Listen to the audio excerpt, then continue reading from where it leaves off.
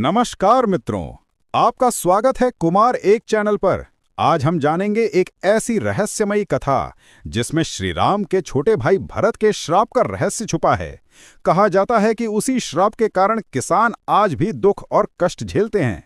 तो चलिए शुरू करते हैं ये अद्भुत कहानी। श्री रामचंद्र जी के अयोध्या लौटने और राज्याभिषेक के बाद भाई भरत राजकाज संभालने में राम की सहायता करते थे। भरत अपने न्यायप्रिय और धर्मनिष्ठ स्वभाव के लिए कुख्यात थे। कभी कभी वे राज्य के विभिन्न क्षेत्र का निरीक्षण करने स्वयं निकल जाते थे। एक बार वो उत्तर तरफ गांव-गांव घूमते हुए किसानों की स्थिति देखने पहुंचे। भरत ने देखा कि खेतों में मेहनत करने के बाद भी किसानों को पर्याप्त अन्न नहीं मिलता। कभी फसल बर्बाद हो जाती, कभी पशु नुकसान पहुंचा देते, तो कभी प्रकृति साथ नहीं देती। ये देखकर भरत दुखी हो उठे। एक दिन भरत ने देखा कि एक किसान आलसी होकर खेत की ठीक से जुताई नहीं कर रहा था। वो पूजा पाठ भी नहीं करता और हल चलाते समय भूमि माता को प्रणाम भी नहीं करता था। भरत ने उससे पूछा, भाई तुम इतनी लापरवाही क्यों कर रहे हो? धरती माता हमारी माँ है, उनका अपमान क्यों कर रहे हो? किसान ने हंसते हुए उत्तर दिया, महाराज मेहनत से भी क्या होता है, भाग्य में जो लिखा है वही मिलेगा, मेहनत करे से कुछ बदलता नहीं। ये सुनकर भरत क्रोधित हो उठे। उन्होंने कहा, जो धरती माता का अपमान करेगा, जो आलस्य करेगा, वो चाहे जितना मेहनत करे उसे दुख और कष्ट से ही गुजरना होगा।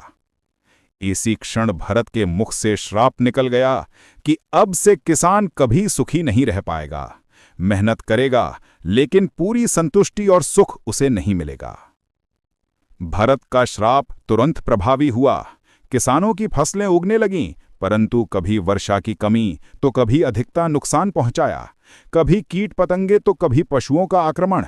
हर बार किसी न किसी समस्या से किसान दुखी रहने लग गया।